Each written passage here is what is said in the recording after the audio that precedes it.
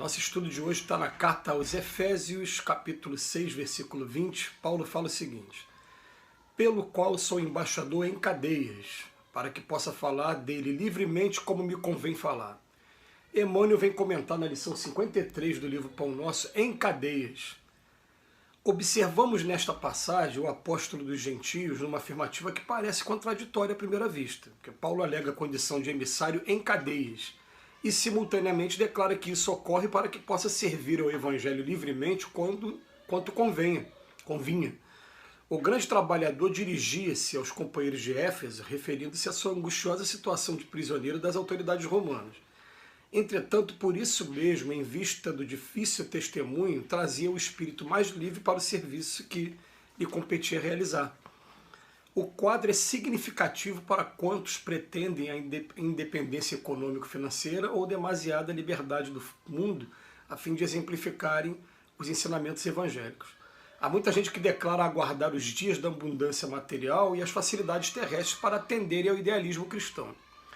Isto, contudo, é contrassenso. O serviço de Jesus se destina a todo lugar. Paulo, entre cadeias, se sentia mais livre na pregação da verdade. Naturalmente, nem todos os discípulos estarão atravessando esses montes culminantes do testemunho. Todos, porém, sem distinção, trazem consigo as santas algemas das obrigações diárias no lar, no trabalho comum, na rotina das horas, no centro da sociedade e da família. Ninguém, portanto, tente quebrar as cadeias e que se encontra na mentirosa suposição de que se candidatará a melhor posto nas oficinas do Cristo. Somente o dever bem cumprido nos confere acesso à legítima liberdade. Muita coisa boa para a gente analisar nesse texto de hoje. Em primeiro lugar, ele se refere a uma passagem de Paulo, e quem conhece a história de Paulo vai lembrar que Paulo ele fez 3 viagens para levar o evangelho para os gentios. E gentios é o nome dado àqueles que não eram os judeus da época. Eram os povos com outras religiões. Mais notadamente, o que hoje é a região da Grécia, a região da Turquia e as proximidades também de Roma. E o que acontece? A gente sabe que ele fundou igrejas na primeira viagem. Na segunda viagem, ele começou a escrever suas cartas Tessalonicenses, carta aos Coríntios. Ele começou a escrever as cartas para cada igreja orientando. E, por fim, ele acabou sendo um prisioneiro, sendo preso, e quando ele ia ser executado, ele alegou sua condição de romano para pedir recurso, era o recurso da época, ao César em Roma. Então ele foi levado como um prisioneiro para Roma, de maneira que algumas das cartas que estão no Novo Testamento foram escritas em prisão. Ele estava preso na hora que ele estava escrevendo. E ele vem dizer para a gente que agora preso, eu estou podendo me dedicar muito mais à tarefa que eu me propus a dedicar, que eu tenho me dedicado de coração, de corpo, de alma, se entregando 100% a ela, que é a divulgação do Evangelho. Então o que acontece? Ele está falando agora para o pessoal aqui de Éfeso. O Emmanuel começa dizendo que parece contraditório, né? Ele agora está preso, mas gente, aquela coisa é uma coisa interessante, né? Quando a gente tem o nosso tempo limitado, a gente consegue ter disciplina maior para fazer as coisas. Porque coisa que você gosta de fazer de verdade, você vai dar o seu jeito de fazer. Então, eu tô lá, o dia tem 24 horas, eu tenho 8 horas para estar no trabalho. Aquilo que é meu hobby, aquilo que eu preciso fazer para poder sobreviver, nem que seja 10 minutos, eu vou arrumar os meus 10 minutos. Agora, quando eu estou com o meu tempo todo totalmente focado, posso me direcionar totalmente para isso, poxa, é isso que o Paulo está querendo dizer. Então, eu entendo o que o Paulo está querendo dizer aqui, porque eu me lembro de uma vez, né, de ter ficado internado no hospital por 4 dias consecutivos, quando eu tive dengue hemorrágica. E por ter que ficar no hospital, eu falei, peraí, 4 dias que eu não posso sair daqui, tenho que ficar aqui na cama. Eu pedi para que me levassem meus livros. Então foi a época que eu li muitos livros, né, do André Luiz, por exemplo, né, e pedi para que levasse também um aparelho de DVD na época, que isso tem muito tempo, né, foi na época da dengue mesmo, foi em 2005, 2006, levasse DVD e eu ficava assistindo meus documentários e assistindo minhas palestras. Quer dizer, eu consegui ter aquele tempo ali que, por estar segregado, por estar ali preso por conta da saúde do corpo físico, eu podia me dedicar mais àquilo que eu estava fazendo.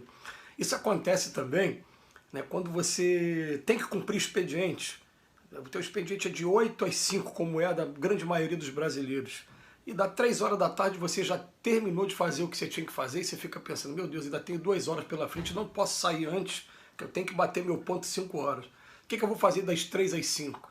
Aí eu me dedico a fazer aquilo que eu queria fazer, que eu gosto de fazer. Então eu entendo o que o Paulo está dizendo. Só que a primeira comparação que o Emmanuel faz para a gente, ó, tem muita gente que, em primeiro lugar, eles ficam esperando uma independência econômico-financeira ou ter liberdade no mundo para começar um trabalho evangélico. Todo mundo alega, eu estou sem dinheiro, estou desempregado, não tenho muito com o que ajudar, e aí está um ledo engano, porque a gente percebe que a maioria dos trabalhadores mesmo, a grande maioria, vão trabalhar com alegria, mas doando o quê? Doando o seu tempo, doando a sua alegria, doando o seu serviço, prestação de serviço. Então, por conta desse período de pandemia, a saudade aqui no coração ainda bate de chegar lá na minha obra social e ver as pessoas trabalhando com alegria, gente fazendo faxina na cozinha, gente cozinhando, gente do lado de fora preparando as quentinhas, daqui a pouco chega no carro para poder colocar as quentinhas dentro para levar para morador de rua, e ao mesmo tempo que aquilo está acontecendo, tem gente no bazar separando roupa, e cada um escolhendo aquilo que quer fazer mesmo. Ao mesmo tempo tem uma companheira nossa lá na farmácia selecionando os remédios que terminou de receber, tem a fila, a organização para receber a doação da farmácia, tem gente marcando qual é o horário do médico, qual o dia que ele vai estar, quando que vai estar o pediatra. Eu sinto muita saudade disso acontecer e esses trabalhos ficaram paralisados. Mas a gente vai vendo o seguinte, não precisou ter nem independência econômico-financeira e nem demasiada liberdade do mundo. Mas Emmanuel ainda vai além aqui no comentário dele. Ele vem falar para a gente que tem muita gente que não percebe que a gente tem algumas cadeias na nossa vida.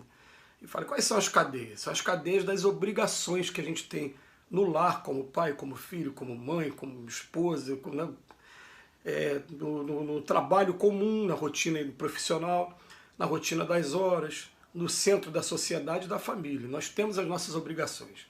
E tem muita gente que às vezes quer fugir dessa cadeia, entre aspas, sobre a falsa alegação de que eu quero me dedicar mais ao Cristo, quando na verdade quem faz isso não está compreendendo ainda a natureza do Evangelho, porque o Evangelho tem uma coisa muito importante, fala ali, ó, carrega a tua cruz e segue-me.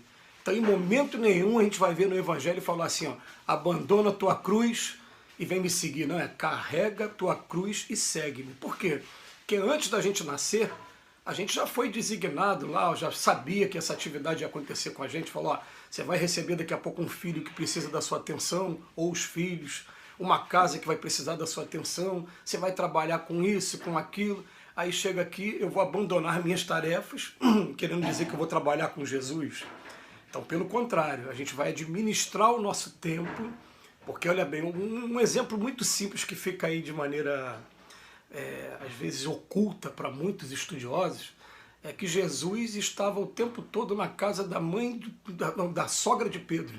Tem algumas passagens, Jesus estava na casa da sogra de Pedro. Bem, quem tem sogra é casado. Se Jesus está lá é porque Pedro não se divorciou, não se separou das obrigações dele. Mas Pedro era um grande aspirante a apóstolo. Naquele momento Jesus disse claramente, ele não era convertido, mas já pregava a boa nova e de suas mãos já saía cura para muita gente, alívio para muita gente.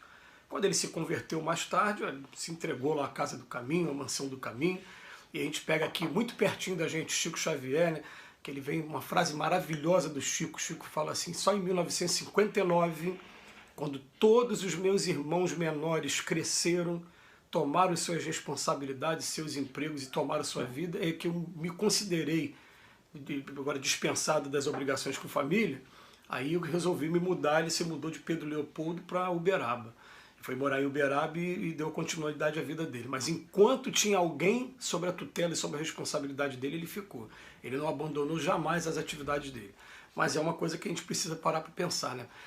Tudo a gente precisa ter disciplina do tempo. Para a gente conseguir fazer nossas atividades, todas elas, a gente precisa muito de disciplina do tempo. Os 3 requisitos aí que Emmanuel passou para o Chico, todo mundo está cansado de saber. Disciplina, disciplina e disciplina. Que Jesus nos abençoe hoje e sempre. A gente agradece mais uma vez a Emmanuel.